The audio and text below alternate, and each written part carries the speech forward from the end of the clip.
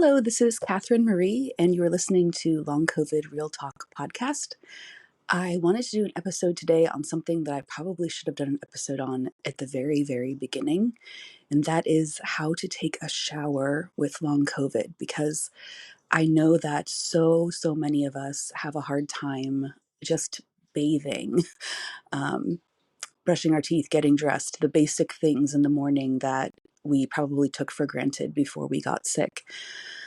So as a disclaimer, all of this stuff, I'm not your doctor and or physical therapist or whatever. So please, just everything that I say, just kind of think about and talk to your your tribe of people, that are helping, your care team that are helping you. Okay, so because I don't know your situation, and I don't want someone to fall in the shower or something and you know something like that. So okay, so first, I think the first thing is to determine whether or not you can actually take a shower. I think that some people with long COVID have the lightheadedness, dizziness, and vertigo.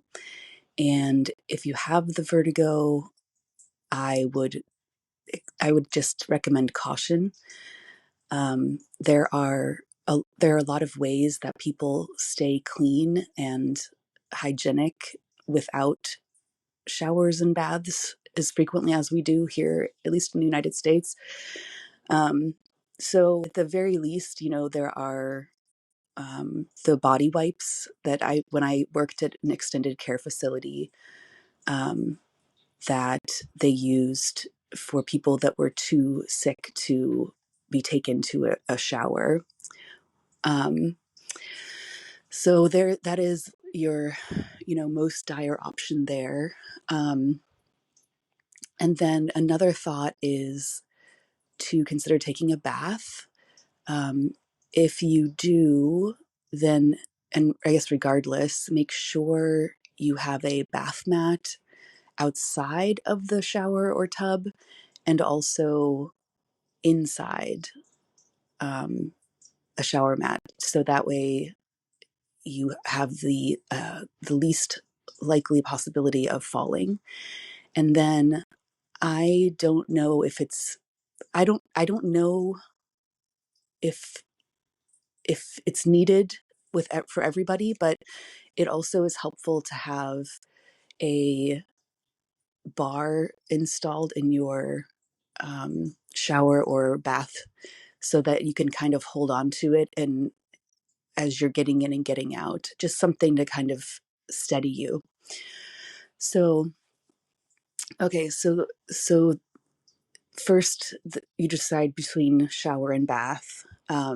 If you decide to do the bath, this would be if you have a really hard time standing while also washing your hair. A bath by itself is really nice, just for body aches and pains. I have a whole bunch of I think it's Dr. Teal's uh, bath salts, not to be confused with the bath salts from like 20 years ago that were rampant in the emergency department when when I was working there. But the bath salts, just the regular bath salts, that are usually have a scent to them, and I feel like every time I do it, I think to myself, gosh, I should do this more often. It's so relaxing and it helps me sleep better at night. Okay, so shower or versus bath, then the bath mat. Another option is to just wash your hair. Um, and the reason you would do that is because a lot of us have the heat intolerance. So you want to stay out of a hot shower as much as you can. So if you stick your head under the um, the faucet in your tub, for instance, or if you have, even better, one of those little shower heads that detaches, and then you can wash your hair over the tub. If you're able to do that, just mechanistically, then that might work better, and then you could kneel and you would be more stable, and less likely to fall. The other thing that I was thinking is to try not to close your eyes while you're washing your hair. I know that that is something that we probably took for granted before because it's a relaxing thing to do. But if you're having, if you have had the lightheadedness, vertigo, dizziness, any of that, just to be on the safe side, I try to keep my eyes open, and just keep a towel where I can grab it and wipe my eyes really fast. Um, so that way I'm not going to have my eyes closed, because I just finished a shower, which is where I realized that I had never done an episode on how to shower with long COVID, and just thought, how have I missed this? This is like one of the most important things that we have to deal with, is getting ready in the morning or at night. So, okay. So the hair, if you separate the hair, I think that's good, because like from washing the rest of you, because um, at least where I live now, it's more dry, so I can get away with not washing my hair as often. But it depends on where you live. Like when I lived in the Midwest, I had to wash my hair every other day because it was so much more humid. And honestly, I sweat so much that I feel like my hair gets dirty faster, because I'm just constantly, well, not constantly, but frequently sweating with, because of long COVID. So the other thing I wanted to bring up with the hair is the dry shampoo. Let me go see what type of dry shampoo I have, because one of my mom friends, I'm walking to my bathroom right now. One of my mom's friends had recommended a couple of these.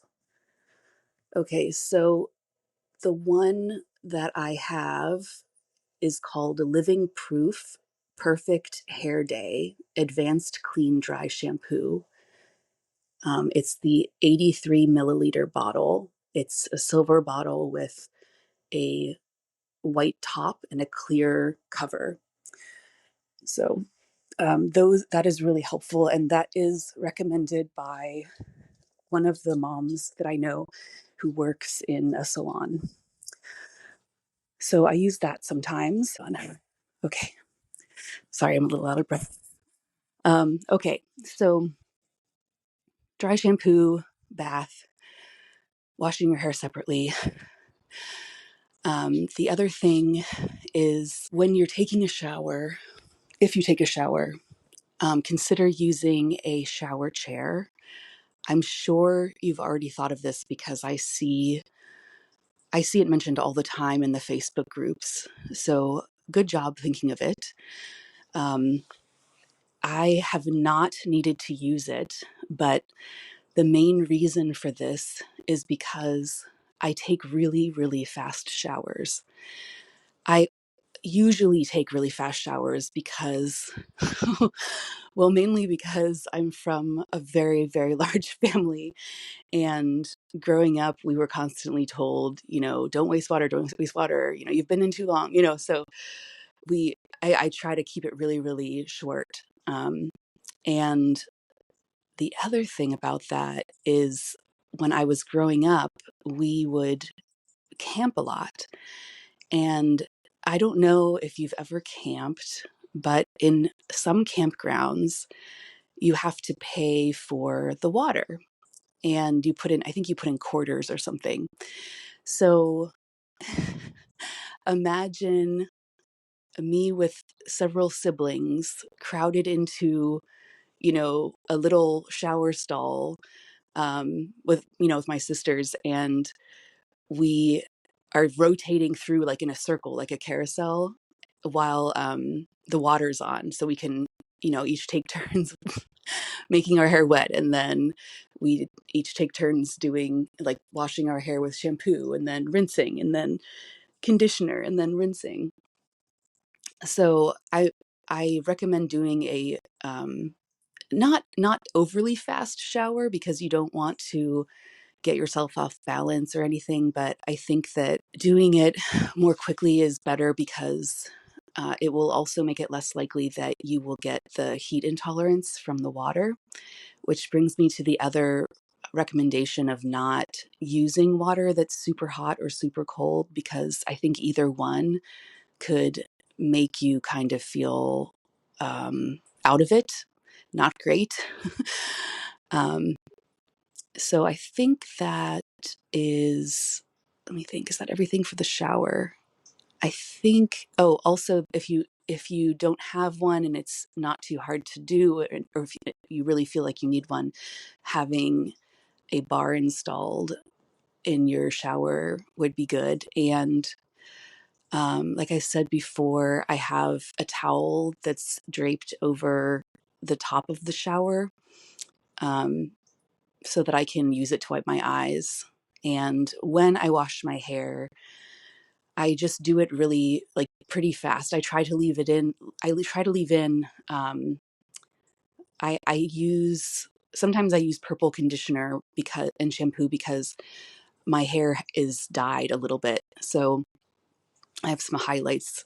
So I'll do the purple shampoo for a minute and then the purple conditioner for a minute approximately. So usually what I do is the first thing I'll do is get my hair wet, then do the shampoo. Then while the shampoo is, doing its thing for a minute, then I'm washing like my armpits or whatever, and then rinsing. And then when you do the conditioner and wait for about a minute, you're washing the rest of your body. Um, and I would also recommend that you try to not shave in the shower, and instead to try to do that in the bath, or sitting on the ground even. Just making sure that you have shaving cream or water or whatever you use to help with shaving. Um, so I try to keep my time in the shower pretty short, and I make sure the water's not too hot. I don't do anything crazy as far as bending over or anything that might make me lightheaded or feel like I might fall. I haven't fallen. And usually I feel like, compared to some other people that I've heard of, that it's not, what I have is not bad compared to other people. But I just try to prevent myself from feeling sick by just keeping it short, keeping the water from being too warm or too cold. And like I said, that doing the shaving, somewhere else. Um, and also if you can do your hair separately and you're worried about the shower, then you can, just do the way of um, doing the hair separately and then jumping into the shower for like, a minute or two, just to wash all the main parts and then jump out. Because even a short shower feels really, really good. And that brings me to another point. Um, so I live in a pretty dry climate. So there are many times when I shower when I don't wash my hair at all and I just tie it up. So those showers are even shorter, of course. And I'm just like, sometimes I barely even use soap because this air is dry.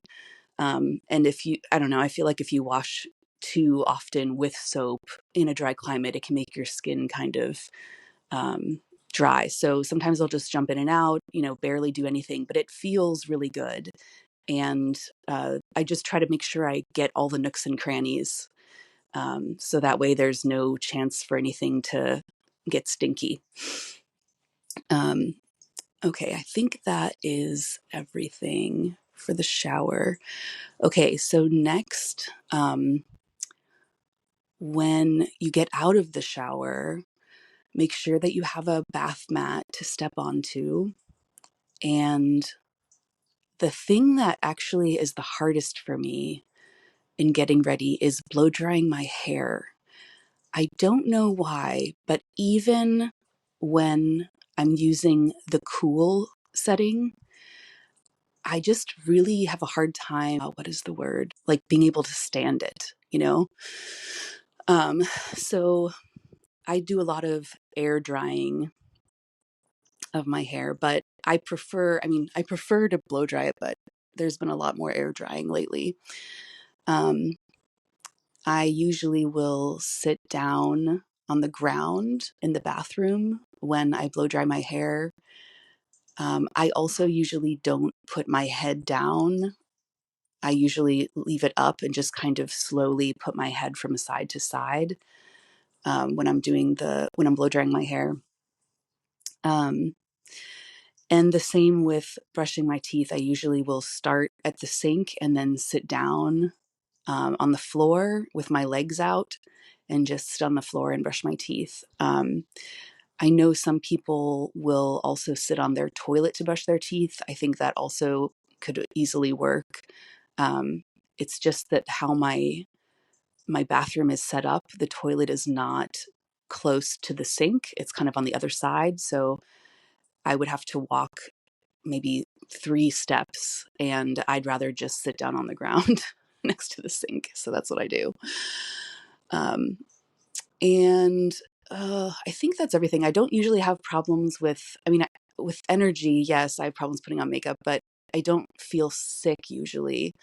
I don't wear, I yeah, I don't do the skincare regimen as much as I should, and the same with the makeup. But I try, and if you're having a really bad day, a lot of times a lot of this stuff just goes right out the window, and you just kind of hope that the next day is better. When I had a flare recently, I I didn't shower for several days, and I was just kind of using a washcloth or the dry shampoo. But even then, it's like sometimes you feel so sick you can barely function. So just if you are in um, a period like that, don't worry, it'll go away soon. And I think the most important thing is to rest and just apologize to any. No, I'm kidding. To any roommates you may have. I kid. So, um, okay, I think that is everything. So hopefully that will help just get your mind working about what to do to keep yourself safe while you're trying to bathe. And I wish you all the best in these endeavors. And that's it for now. So thank you very much for listening, and we'll talk again real soon. Okay, take care.